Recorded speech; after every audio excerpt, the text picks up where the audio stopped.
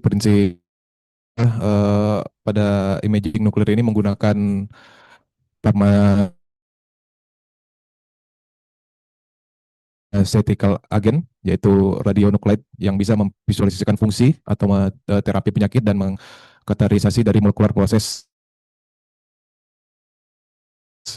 dari sel.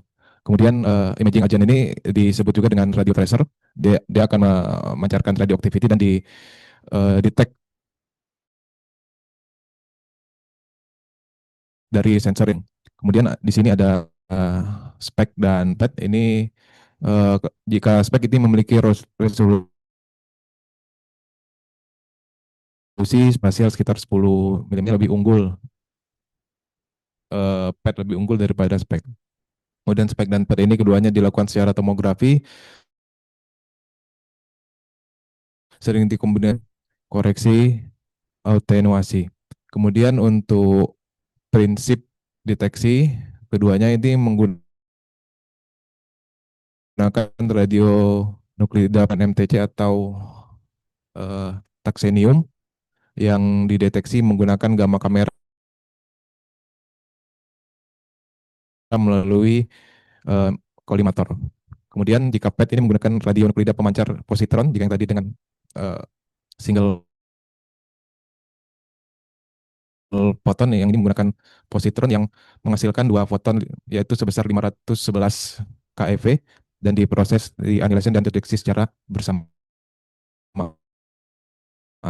Next. Kemudian ini beberapa prinsipnya. Di radionukleid ini akan menghasilkan low energy gamma photon sekitar 100 sampai 300 kilo elemen dari gamma kamera, yaitu scintillating kristal. Ini akan menyerap dari gelombang gamma photon itu sendiri, dan kemudian ada photomultiplier tube yang ini akan mengumpulkan dan memperkuat dari cahaya yang dihasilkan oleh gamma photon. Kemudian ada sirkuit induksi yang di sinyal gamma photon yang menjadi sebuah gambar.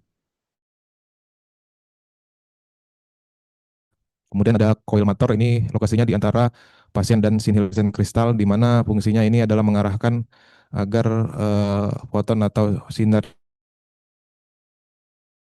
yang dikeluarkan dapat ditangkap oleh tube. Kemudian ada keterangannya, PET ini lebih mahal dan terbatas kerjaannya secara global. Saat ini spek ini lebih PET atau PET yang menggunakan PET CT atau PET MRI digunakan untuk imaging kanker karena akurasi dan resolusinya superior. Next. Kemudian ada imaging fungsional dari ginjal. Pencitraan fungsional ginjal ini menggunakan radiofarmaka seperti 3 dan DMSA. Digunakan untuk menilai aliran darah ginjal, fungsi ginjal setiap masing-masing atau split renal function, kemudian kemih, serta mendeteksi jaringan parut pada ginjal. Kemudian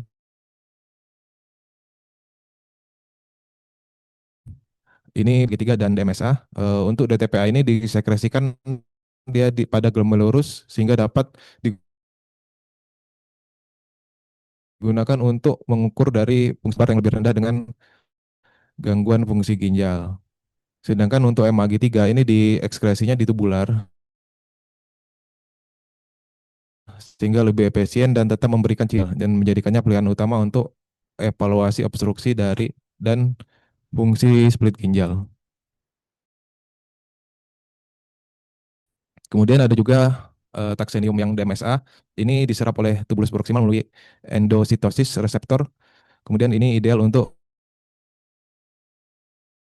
menilai adanya jaringan parut pada ginjal. Pencitraan dinamis menggunakan DTPA, MAG3 ini dilakukan dalam periode waktu tertentu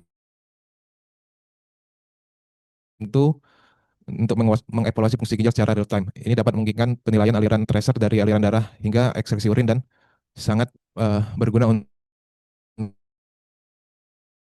untuk mendiagnosis obstruksi fungsional atau menentukan fungsi relatif masing-masing ginjal. Kemudian ini persiapan pasiennya. mulai dari dosis, interpretasi hingga pencitraan di pasien harus terhidrasi dengan baik. Catat obat yang diminum terutama diuretik dan kelainan anatomi. Kemudian kateter dapat dipasang bila perlu untuk mencegah tekanan balik ke ginjal. Kemudian untuk dosisnya, ini dosisnya disebutkan ini subfarmakologi, jadi menggunakan dosis rendah. Untuk dosisnya bisa mencapai puncak dalam 3 sampai 5 menit, terlihat di kandung kami dalam 10 sampai 15 menit. Waktu paruh pembersihan normalnya 15 sampai 20 menit. Terus pencitraan dinamis dan interpretasi dari time activity curve-nya. Untuk pemeriksaannya terdiri dari dua fase, yaitu fase perfusi dan fase fungsional selama 1 menit, menilai aliran plasma ginjal dibandingkan dengan aorta. Kurvanya yang naik lambat menunjukkan perfusi yang buruk. Bandingkan area di bawah kurva ginjal kiri dan kanan antara menit ke 1 hingga ke 3. Ini untuk menghitung fungsi seluruh ginjal dan perbedaan hingga 10% dianggap normal. Next. Ini ada additional application, aplikasi tambahan untuk sintigrafi ginjal dengan MAG3 dan DTPA. Captopril renografi menggunakan DTPA ini dapat membedakan hipertensi vaskular renal dan hipertensi esensial. Setelah pemberian captopril, penurunan fungsi ginjal yang membaik lebih atau sama dengan 10% pada studi menunjukkan kemungkinan stenosis arterionalis dan kandidat untuk intervensi seperti angioplasti. Dan juga dapat dilakukan untuk evaluasi transplant ginjal. Scintigraphy dinamis dapat membedakan akut rejection seperti penurunan tetap tetapi ekskresinya lambat. Juga berguna untuk mendeteksi kebocoran anastomosis pasca transplantasi melalui akumulasi radioaktif di luar ginjal. Kemudian dapat juga menilai reflux vesicoureter dan skar ginjal, yang dimana ini uh, dapat menilai adanya reflux dan memonitor dengan renal scintigraphy. Next. Kemudian nuclear imaging untuk mendeteksi saluran urogenital. Pencitraan infeksi ginjal dengan DMSA dan sel leukosit bilateral ini menunjukkan area uptake rendah pada akut dari skar ginjal. Skar tetap tampak sebagai area fotopenik dan penting karena terkait risiko hipertensi dan penyakit ginjal kronik. Untuk deteksi infeksi akut, leukosit dilabeli dengan 11 in oksin dan HMPAO yang digunakan, namun tidak dianjurkan untuk pasien transplantasi ginjal karena uptake non-spesifik pada graf. Oksin dan HMPAO yang 11 in oksin ini lebih spesifik untuk infeksi intraabdomen digunakan resolusi rendah. Kemudian untuk yang HMPAO ini gambarnya lebih tajam, waktu tunggu lebih singkat sekitar 1 sampai 2 jam dan cocok untuk pas genitourinary karena ekspresi ginjal dan hati. Kemudian ada juga yang 7G acetate ini sih kelemahannya adalah akumulasi non spesifik, waktu tunggunya lama sekitar 72 jam dan biayanya tinggi sehingga penggunaannya terbatas. Nah, ini menggunakan PET ya, dengan tracernya 11F FDG. Ini adalah sel metabolik aktif termasuk sel kanker. Namun ekspresi urin membuat PET kurang ideal dan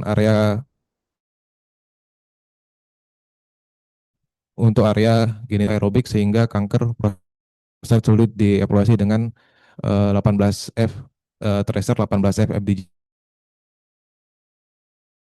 ini. Kemudian ini ada bladder menggunakan dosis MAG3 atau DTPA ini sekitar 5 sampai 10 dan akan mencapai puncaknya dalam 3 sampai 5 menit, 15 menit. Waktu paruh pembersihannya sekitar 15 sampai 20 menit. Eh, ini ada SUV-Max dari apa kekambuhan dan respon terapi, terutama setelah kemoterapi atau sistektomi. Kemudian radio tracer ini menunjukkan sensitivitas lebih tinggi, namun belum digunakan luas karena keterbatasan waktu paruh dan belum disetujui secara klinis. Kemudian imaging lain ini ada pada imaging pada kanker ginjal. Ini menggunakan tracer 18 FFDG juga, memiliki sensitivitas tinggi. Eh, kemudian papillary RCC tipe 2, namun tidak direkomendasikan pada staging rutin pada subtipe clear cell RCC yang menunjukkan uptake FDG-nya rendah. Di sini juga girentuximab ini adalah antibodi monoklonal yang menargetkan RCC, kemudian dengan tracer 124i atau 89ZR ini lebih tinggi dibandingkan CT membedakan clear cell RCC dan tumor ginjal lain. Namun masih menunggu hasil uji klinis lanjutan yang menggunakan sestam sestam MIBI ini dapat membedakan titik lainnya, yaitu dan jenis kanker ginjal dan ginjal lain berdasarkan kandungan mitokondria. Spesifitasnya dan spesifitasnya 89%, namun penggunaannya masih terbatas karena kurangnya adopsi luas di klinik. Kemudian ada juga molekular imaging pada kanker prostat. Ini menggunakan tracer PSMA 11 dan 18F DCF yang ini dijadikan mode pilihan utama untuk staging out. Berarti ini meskipun PSA sangat rendah, dapat berdampak langsung pada perubahan manajemen hingga 60% pasien. Sebelum adanya PSMA PET ini, tracer yang digunakan adalah 11 C colon dan 18 FABC, namun terbatas oleh sensitivitas rendah dan non-spesifik, sehingga rekomendasikan oleh NCCN sebagai lini pertama pencitraan.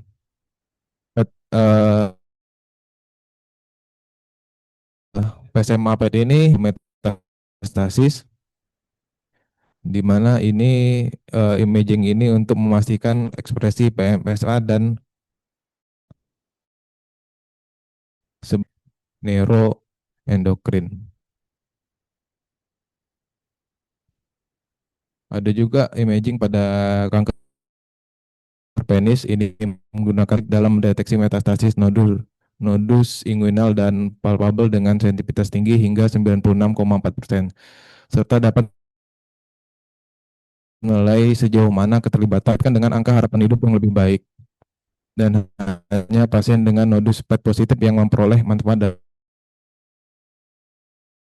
dari kemoterapi ajuvan, menjadikan PET berguna dalam pemilihan terapi pada populasi risiko tinggi. Pada pasien dengan non-palpable, sensitivitas PET hanya 56,5% dan manfaat klinis untuk deteksi lebih jauh pada kertas. Kemudian ada imaging pada kanker testis, ini menggunakan tracer 18 FDG direkomendasikan cm pasca kemoterapi untuk membuka fibrosis dan tumor aktif. Sensitivitas 86%. Kemudian pada non-seminomatous germ cell, ini PET memberikan manfaat klinis tambahan dibandingkan CT dan penanda serum, sehingga tidak direkomendasikan untuk evaluasi tumor sisa. Terima kasih. Sekian